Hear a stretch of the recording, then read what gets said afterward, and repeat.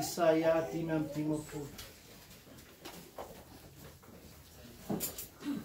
Manomboka amin'ny andininy fahaenina ka hatramin'ny faha 1:20. Isaia 5:10 manomboka ny andininy fahaenina ka hatramin'ny faha 1:20. Vaky teny faharoa dia ao amin'ny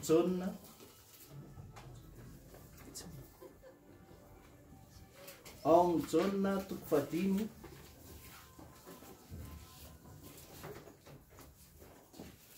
ka ny andininy 4:20 ihany no vakitsika. Jauna toko 5 ka ny andininy fa 4:20.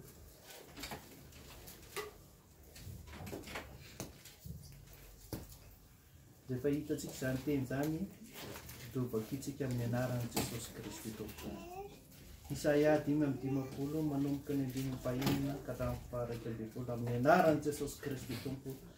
Mitadiava ny ave dia ny mbola hita izy, ny antsoa azy dia ny mbola akaiky izy. Aoka ny ratsy fanahy hafoy ny lalana, ary ny tsy marina hafoy ny heviny. Ary aoka hiverina ho amin'ny ave ireny, fa mindra fo aminy izy. Eny ho amin'ny Andriamanitsika, fa mela heloka dia mela heloka tokoa izy. Fa ny fihevitro tsy fihevitrareo, ary ny lalanareo kosa tsy mba lalako Iavé. Fa tahaka ny avy ny lanitra noho ny tany, no avy ny lalako noho ny lalanareo, sy ny fihevitro noho ny fihevitrareo. Fa toy ny ranonorana sy ny oram-panala milatsaka avy anan-danitra ka tsy miverina any, raha tsy efa nahavonto amin'ny tany, ka nampaniry sy nampavokatra azy, mba hatonga voa ho an'ny mpamafy sy hanina ho an'ny mpihinana. Dia ho tahaka izany ny teniko izay aloko mivavako, tsy hiverina amiko foana izy, raha tsy efa mahatanteraka izay sitrako, ary ambinina amin'izay ampandehanako azy.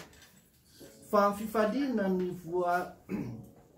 voanareo, ary amin'ny fiadanana no hitondrananareo. Ny tendrombohitra sy ny avoana avelona hoby eo alohanareo, ary ny hazo rehetra any an-tsaha iteha-tanana.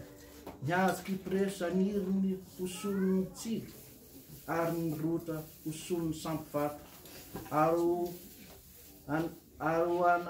Ho amin'ny anaran'ny Ave izany dia ho famantarana mandrakizay zay tsy esorina. Amen.